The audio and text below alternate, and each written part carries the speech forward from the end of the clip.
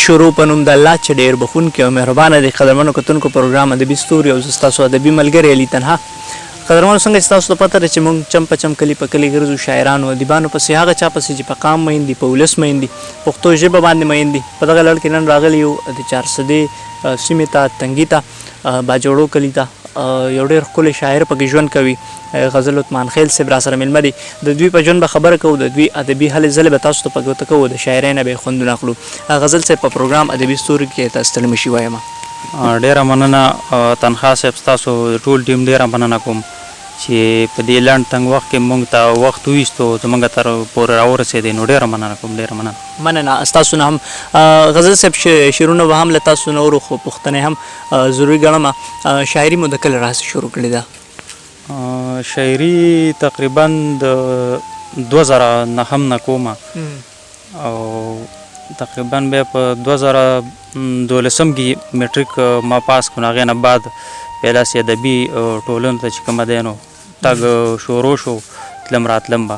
خو د هغې نه مخکې لکه داسې ګمنام او لکه بس ښکاره کړې مې نه وه 2012 کې تقریبا. صحیح. زده کړه مو پکې د چا نه کړې ده؟ زده کړه خو به زه به دا ووایم چې داسې یو کس نشته دی، بلا استادان دي، بلا خلک د کتاب نه هم زده کړه کړې ده ډېره، او د خلکو د خبرو نه هم زده کړه کړې. داسې یو تن نشم یادولی چې لکه هغه نه. صحیح. مینوال ټول غوږ دي، خپل خواږه شعرونه راسره شریک کړي. ډېره مننه. مایوسه یمه ډېر زما ګران شوی دی سپرلیا، مایوسه یمه ډېر زما ګران شوی دی سپرلیا، دا زړه مې د امید سره وران شوی دی سپرلیا. مایوسه یمه ډېر زما ګران شوی دی سپرلیا، دا زړه مې د امید سره وران شوی دی سپرلیا. ته راغلې ستړی مه شي خو مخصوص په دې څوک نه کړي، ته راغلې ستړی مه شي خو مخصوص په دې څوک نه کړي، په دې وطن کې هر څوک په ځان شوی دی سپرلیا. مننه. ته راغلې ستړی مه شي خو مخصوص په دې څوک نه کړي، په دې وطن کې هر څوک په ځان شوی دی سپرلیا.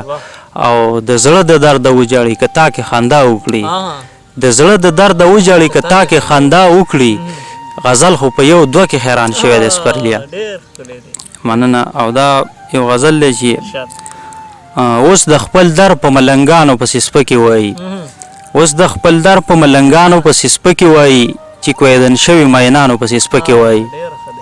مننه. او دا شعر لږ په معذرت چې هغه له نه ښایي چې شعر کې باچا خان اوستی، هغه له نه ښایي چې شعر کې باچا خان اوستی، چې کوم شاعر یې وارثانو پسې سپکې وایي.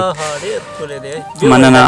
هغه له نه ښایي چې شعر کې باچا خان اوستی، چې کوم شاعر یې وارثانو پسې سپکې وایي. یو ګرم غیبت دی خوار خوارانو پسې سپکې وایي، ګرم غیبت دی خوار خوارانو پسې سپکې وایي، او غټان لګیا دي په غټانو پسې سپکې وایي.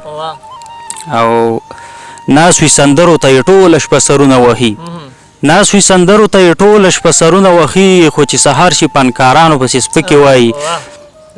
هلکان کیدي او په سپکه جینکۍ یادوي، هلکان کیدي او په سپکه جینکۍ یادوي، جینکۍ کیني هلکانو پسې سپکې وایي. مننه.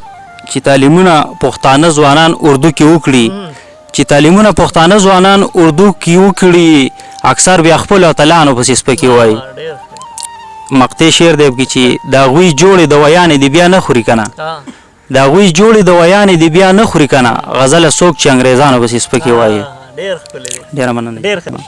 یو وړوکی غزل دی چې زړه سره دا رنګې ښېګړه کړمه، زړه سره دا رنګې ښېګړه کړمه، ستا د یاد سور اور ته یې لړه کړمه، ساتم د بوټو او مشکڼو رومال، ساتم د بوټو او مشکڼو رومال، اوس زه لا اوس خو هم پخوانۍ تړه کړمه.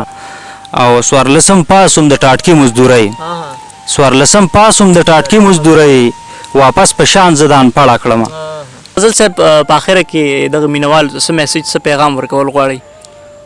پیغام ولا هوښیار هوښیار خلک ورکوي. او زه به هم خپلو مات ګوډ پیغام چې د تعلیم وخت دی، زلمو پیغلو ته دا خواست دی چې خپل تعلیمونه جاري وساتي، تعلیم وکړي، او د خپل مور پلار خیال وساتي.